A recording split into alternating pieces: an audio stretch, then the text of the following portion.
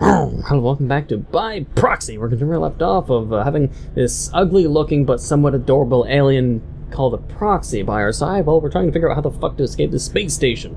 With that said and done, I honestly do not know where the fuck I'm going now. Because we found this. And a portable screen is inside, a tablet. You can restore the Empire. Oh, okay. With this, and if only... Wait. You can restore the entire elevator system with this if only you can find a way to connect it to the ship's core. So then the question is, what the fuck is and where is the ship's core? Is it this thing? Oh, now if you want to find Alteria. You inhale, open the glass, and pull out the diamond.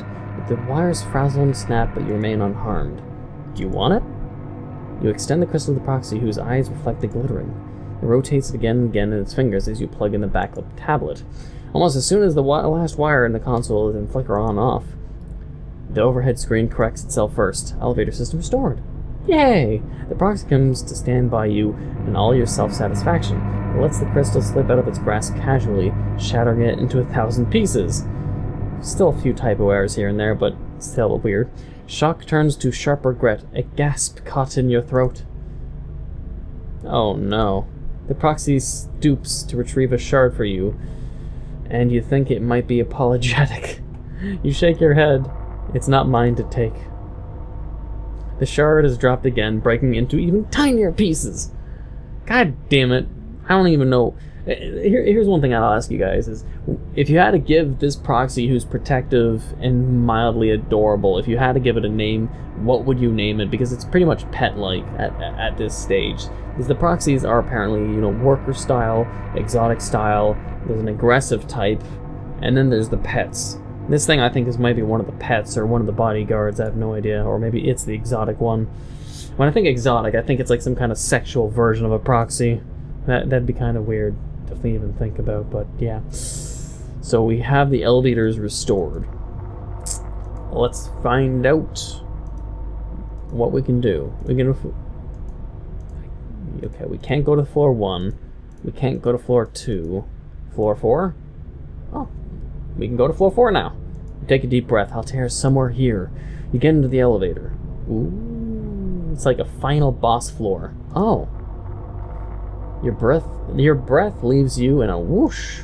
Surprised for a small moment, you think you've opened a door into space itself, but no, it's just beautiful. Yeah. If you really want to see a level design that gets really awesome, from normal and plain and boring, you look at Eye of the Beholder on the Amiga, and look at the wall layouts. It sort of goes with a boring sewage red brickstone layout, then it goes to a green, and then a white, and then this obsidian-looking wall style, and the final level is like this purple and white marble fucking royal shit. It looks really nice. It's like when I think of level design from level 1 to the final destination, having epic design of the architecture always sort of brings out good nostalgia to me because of the games like Eye of the Beholder. I think I've already mentioned that before, but I always like to bring it up when I can. Well, let's enter the room. This doesn't look good. This looks like the fucking giant evil proxy should be housed in there. That doesn't look good. Your proxy agrees with a hiss. Yeah, what was in there? You take a look inside. It all looks rather disciplinary. You wouldn't want to be the one who on the receiving end of such items. What items would that be? A fucking strap-on? A dildo? A ball gag? It's not specific, but it's just, you wouldn't want to be on the receiving end of such items. Fucking vibrator, who the fuck knows? Could be a pistol, could be a stun baton. The entire end of the room is taken up by a huge container. You've never seen anything like it, but you can imagine what it was used for. Apparently so can your proxy. It clicks angrily. They spell angrily as the A-N-G-E-R-E or fucking Y, Jesus Christ. Like the meme style, angry. Like if your pet bird gets angry, it's not angry, it's angry. Whatever proxy they were developing in there has long gone. The glass front has been completely destroyed. You remember what happened last time you got too close to an uncaged proxy. Your stomach twists in fear. You're saying it could still be in there, or, you know, it's just going to be around somewhere else. There's a hidden vent here. If you learned anything by now, it's that the perfect place to hide something. You could move the cupboard out of the way, couldn't you? Your proxy appears to understand your general request and slides up to the cupboard. The cupboard falls with a crash, tossed by your proxy as if it weighed less than a blanket. You don't even have to ask the proxy to remove the vent's door for you. You pat the proxy on its head and thanks. Slightly adorable again. There's no way you can get that cupboard up by now. It's fallen with its doors down. Oh no. We're not going to go in there yet. Fuck that. Exit room on the right, and apparently that's just angry and bad. Let's just leave. What's on the right? It's a storage room. Your eyes are drawn to the lower shelf and glowing items there. You're unused to seeing so many bright colors in one place. You can't help but touch. You feel dazzled by the tiny orbs. I wonder what they're used for. You hold one out for your proxy, but after a brief consideration, it decides itself uninterested. Altair would find them garish. The proxy clicks. He'd say they're awfully efficient, and then he'd let me keep one. You brush your fingers over each one, transfixed. I'm of my nature. You're drew away from the pretty orbs for fear of watching them get broken by your over-eager proxy. Funny. What about everything else? Some wires, outdated oxygen tanks. You crouch down in some of the titles and files. Higher language. Okay. Plain orb thing. Okay. Boring shit. Jars. Floating jars. Or things floating in the jars. Okay, what's this? A list of display on the screen. It contains a long chain of items, most of which you've never heard before. A vase. It sounds dangerous. What? Vase? What? What?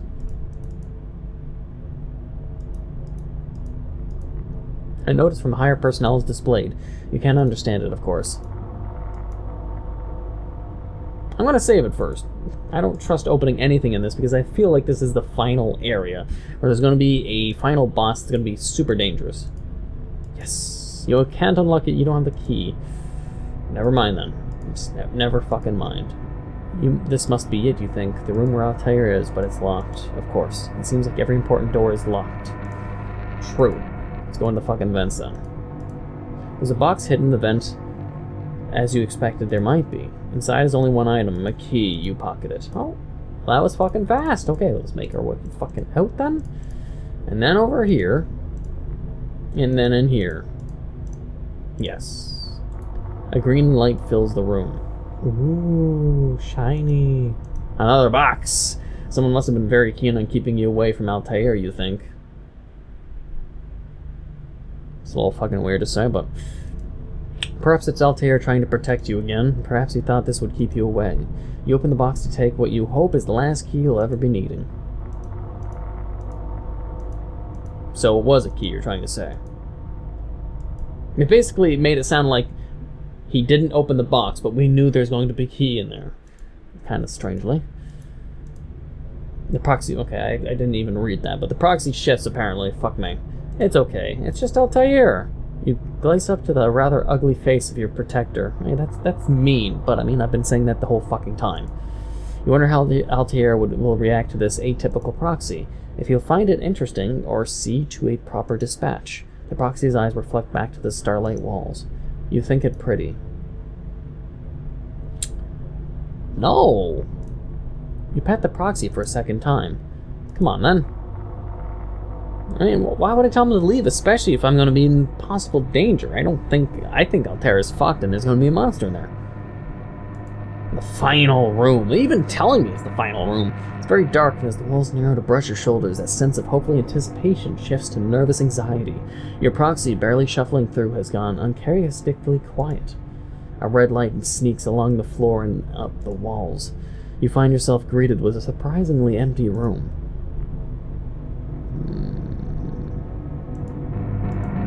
A sheet of metal lies on the ground. A panel. There's yet another door at the far back of the room. A strong red light radiates from it, pulsing slightly. You approach the door. There's no control panel and no automated system to open it when you draw close. Speak. You try to talk, but it comes out in a cautiously whisper. Altair? Question mark? No response. There's a chime, and then voice emanates from the door, echoing around the room. Welcome to Research Lab U. Please state your name and insert current memory drive. The memory drive port can be inserted into the light panel. A small disc proceeds into the door, revealing a keyhole of sorts. You falter. My name? Please state your name. You turned your proxy confused. I don't have a name. I'm lower personnel. Invalid name. The door panel flashes at you. Please state valid name. You turn away from the door, disheartened. Just say Altair. Fuck man, you have a memory drive. You pull the blue disc out of your pocket. It's still covered in the black jelly liquid of the egg and under the stain of blood. There's only one way to find out if this person was named, but you're not sure you want to access those memories. Your proxy holds out its hand, palm up, and for a good moment you're completely at a loss as to what to expect from you. To hold its hand? But then you see a thin chain hooked around one of its fingers and a pendant dangling below. It's the necklace you found before in the elevator, the necklace that it had kept all this time. Oh, of course. You look up at the proxy's eyes, and for the first time you see something a little deeper than you've seen before. Not just the laboring beast who had mindlessly claimed you as its own. But was there like some kind of fucking porn scene that I didn't know? It claimed me. That sounds dirty in my vocabulary of using the word claimed. Questionable. Did you know this whole time? But the proxy is already backing away. Thank you. You clutch the memory disk close to your chest. So wait.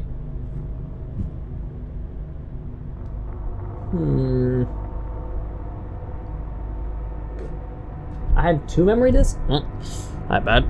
I had 2 memory disks. Does that mean if I didn't have one or the other, like there's an alternate ending where if I got the one that was by the slime and only that one, that'd be good. Like the pendant was from the elevator. I needed the pendant to get to the thingamajig to even advance through the game. So I needed to get the pendant at all times. But the fucking green slime thing that I got from behind the egg in that bench room isn't being used for some reason. But I thought it would be like something that could be used one or the other then. The place that was once reserved for Altair's stories of on-worlders and his seemingly infinite knowledge of the places beyond has now expanded. You wish to preserve both halves of your heart, for without either, you will be broken. You examine both memory drives. Other than color, they both designed the same. No defining letters or symbols. They could have belonged to anyone, the named and nameless alike. One hidden away in a vent. Oh, the other covered in blood. So this is going to be the choosing. We're going to save it here then, because obviously this is the divide. I'm not sure if there's only 2 endings and this is how it's designated. But clearly if we didn't get the one that was stained in blood, that would mean we're restricted to 1. Because it wasn't a mandatory thing to get the one behind the green egg because it didn't advance the plot. The other thing was whether or not to touch the green egg and have it absorb my skin, which likely might dictate a change in the ending. So let's just go with green first. Your fingers glide around the back of your skull. The place where your sleeping cord slot into your skull pulls back to reveal a small but wide hole. Gross. Your existing memory drive is poking out. Sexual innuendos. You have to be quick. You press down and the disc pops out in your hand. Your vision flickers and dulls as if colors are being drained from around you. Quickly, you think, before you forget what you're doing. With fingers that are already numbing, you insert the new memory disk. You hear the snap and feel the electric spark run behind your eyeballs. Your vision goes black. Something hazy flickers across your field of view. A screen booting up. And then... Altair? Your friend. He's here. And he looks distressed. His hair sticks to his forehead with sweat, as if he's been running. His lip is bloodied. What happened? Your voice is deep, worried. We need to shut down the elevators now. Why? What's going on? There's been an accident in the lab. Please, there's not enough time. Altair turns to the console, begins tapping away, typing in long lines of code. The screens turn red and begin to sound an evacuation alarm. We have to block it off from the higher levels before it gets to the other proxies. You place a hand on his arm. And he spins around. His face crumples. I've made a terrible mistake. There's a moment of understanding that is shared between the two of you. I'll do it. His face relaxes into a small expression of relief. Thank you, Alkin.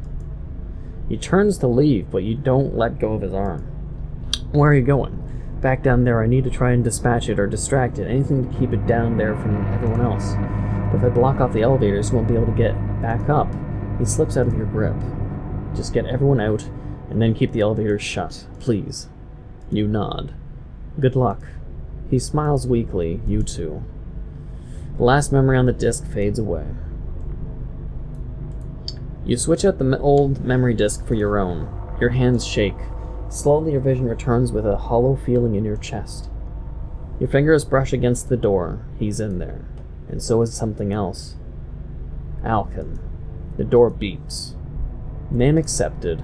Please insert memory drive. You insert the memory disk. A second beep and the disk is returned to you. Welcome, Alkin. Please remain safe. I gotta make sure I don't overwrite my save accidentally, too, so I can get to the new ending. The doors slide open. Your breath catches. At first you are confused. Your pupils blow wide from the lack of light, and your hands reach out to grasp blindly at thin air. Your proxy growls as if being threatened. It's like looking into a black mirror, a dark room, and a startled face staring back at you. What the fuck? Except it isn't your face as you had initially thought. It's a face that appears older than you, yet still holds an odd softness. Unfamiliar. Altair? Your voice echoes, as if in a large room that you can barely see a few feet ahead of you. There's a soft groan and the face shifts, rising higher. Altair, are you there? You squint into the darkness, trying to adjust your eyes. It's a fucking ugly-ass face at the top. Is he in the back? Trapped? Hurt? The pale face somehow manages to drift higher again, as if it were just a floating head. Your vision begins to focus. Higher and higher the face ascends, almost glowing against the darkness. Your proxy's snarl vibrates deep into your bones. Its shift forward, coiled and ready to pounce. Your eyes begin to make out the shape of something below, a huge mass, and hidden in the back of the room, Altair, his eyes half open and a hand reaching out to you. Blood pools. Run. You stare at him. Your heart is in throat. Run. A roar explodes about the room, deep and guttural. Okay, well, save in Q2. Q1 will still be the choices. Just in case there's a quick fucking response I need to make. You're sure the whole ship must shake with it, and then you see things for what they really are. Oh jeez, the fuck. The monster lurches towards you, arms outreached as if to embrace. Its path to you is blocked by the hulking body of your protector. Your proxy leaps out from behind you, snarling. Its eyes are rolling furiously, and its hands are poised to rip into the monster. The monster roars back, lowering its body close to the ground to charge towards your proxy. Run! You're frozen in place, petrified. You see the two creatures slammed together in a mass of limbs and blood and shrieking. Your proxy wails in strangled appeal that makes your heart stop. No, its form is lost under an unexpected flurry of blows from the monster so fast they're blurred. Blood rises into the air and the mist. No. Your voice is a whisper constricted in your throat. There's a spluttering whine under the onslaught and a terrible crackling sound. When the monster finally pulls back, you fall to your knees. You don't recognize the wild keening as your own. Gore carpets the floor. Your proxy's eyes stare blankly towards you. Head several feet away from its body, something inside you dies. Pull out Altair. The monster's fist slams down, barely missing you, and you skid across the room to Altair. He's merged into the body of the creature, head and arm lolling out weakly. You try to pull his arm out, but the monster rears up and bellows. Pull out! The monster's fist... Okay, it's repeating. Use weapon. You pull out the weapon you found in Altair's possession and take aim. Leg! The monster stumbles backwards, but black blood dribbling from the wound. Pull out Altair. Gonna have to use the weapon again.